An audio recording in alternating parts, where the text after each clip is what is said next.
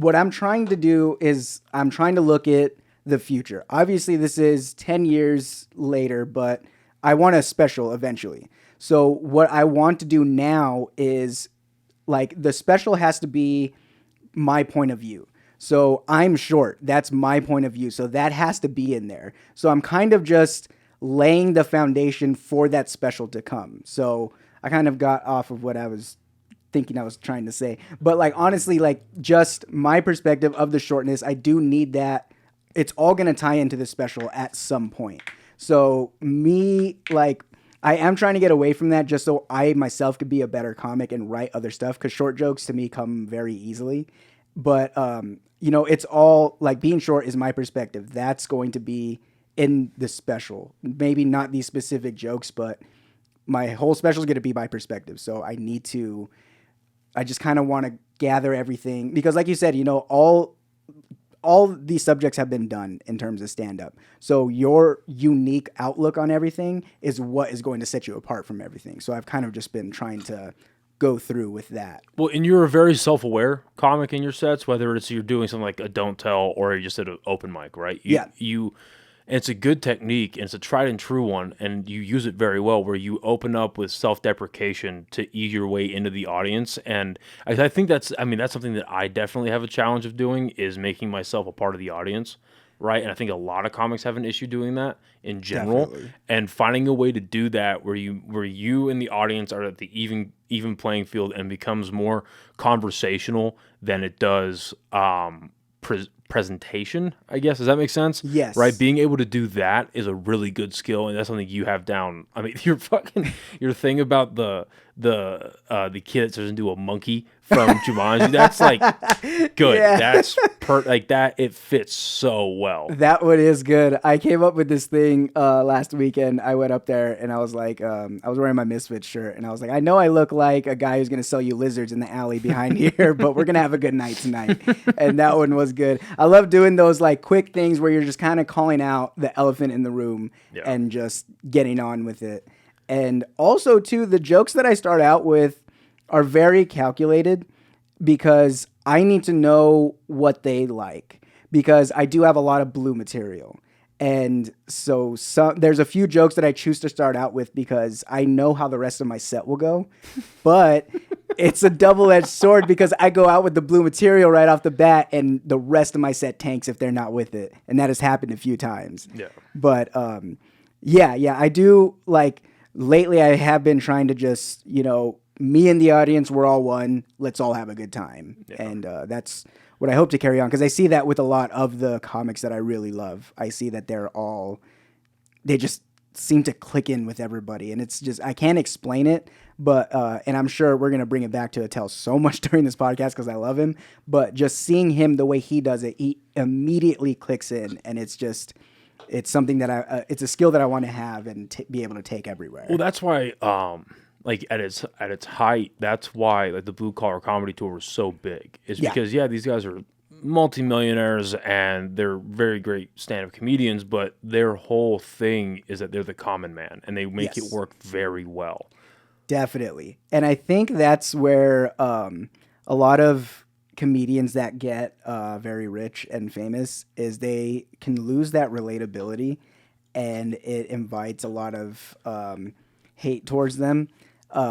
I won't say anybody in particular, but there are a few comics who end up getting a shit ton of money and they just lose that. Andrew Schultz, Bert Kreischer, Tom Segura. I mean, it's happening. It's happening. Yeah. And see, that's why Attell is the greatest. He doesn't I'm sure he has a really good amount of money. He lives in New York, in Manhattan. Mm-hmm. So he has to be having a lot of money, but he is about the jokes. He's not talking about, oh, I was on this private jet. I bought this Rolex. Like, bro, nobody gives a shit about that. Like, I don't care. Like, I love cars. I don't want to hear stand up about Porsches. I don't give a fuck. Like, it just make me laugh.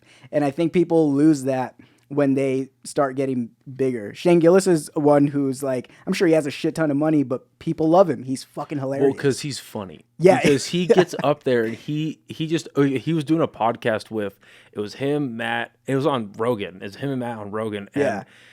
And they went on something about, like the subject of gay people came up. Yeah.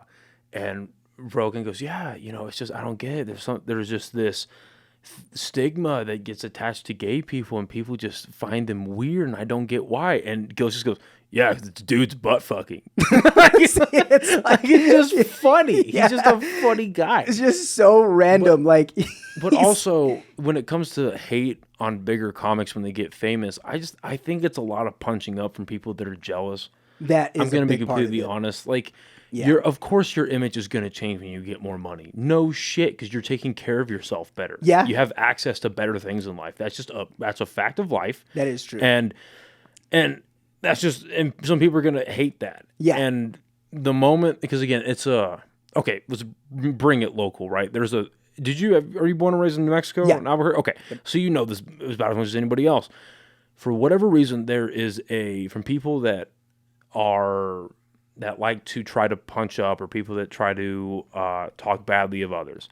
There's this mindset where it's like you can become successful, and you can become successful, you can do well, but I'll root for you, but you can't do better than me. Yes. It's that type of thing. And that's not even, and at that point, it's not even like that these people can't relate anymore. It's just, they've reached a level of status that I don't think I can ever make, and therefore I'm going to hate them for it, which is stupid. Yeah, that is definitely a huge part of it, because the thing about it is they're still selling out arenas and theaters. Like with Andrew Schultz, people are shitting on him online in his comment sections and all this stuff for being... personally, I don't think he acts like he's better than anybody else. I still like his podcast. I don't get the hate. He's become extremely successful the last year. Yeah, but also infamous for my money, because that came out in 2022, right? Yes. Infamous. I think that was the best special to come out that year. That one was good. And I think it is one of the best written specials of all time. Yeah, it's amazing. Yeah, I remember right before I started stand-up, I had found, because I had always been a fan of stand-up, and I was going through a period where I was very depressed, and I just had rediscovered it. And one of those people was Schultz's just crowd work videos, he is one of the pioneers of doing that. Yeah. Just on YouTube, him at the Cellar and New York Comedy Club and stuff. And I was just he was killing me, man. Because the thing with him is he's very smart and aware of different cultures and stuff, which is really cool.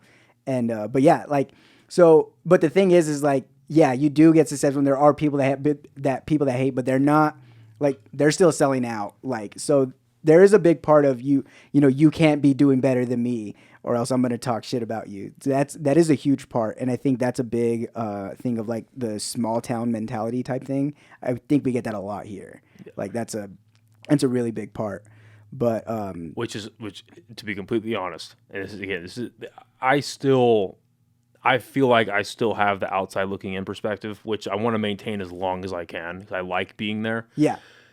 With Dry Heat is now cemented. They're not going anywhere. Exactly. Which is great, right? Yeah. They are not going anywhere. I hope that a year from now, Quesadas is still open. Yeah. I hope they're still doing their thing, and I hope that Hyenas actually opens up this summer. Yeah.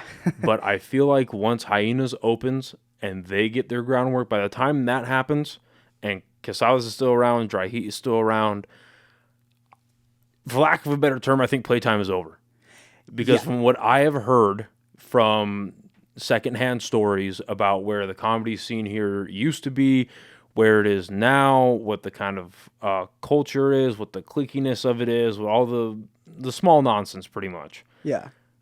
And it's funny because I did my first open mic July of last year, and I started regularly going around around October, November-ish. Okay. And even in that short time, I've watched these open mics go from they're struggling to get 5 to 8 people on a list to now you better fucking be on time or that list is packed out. Exactly. Yes. And it's awesome. It's great. So sick. It's amazing to see. Yep. And so now it's it's inching up to the point where it's if this is not just your social life, this is not just a fun thing to do. Yes. It's hey, and credit where it's due, Steph, Buck, and Josh, at least from my personal experience, the three of them have been saying this for a long time.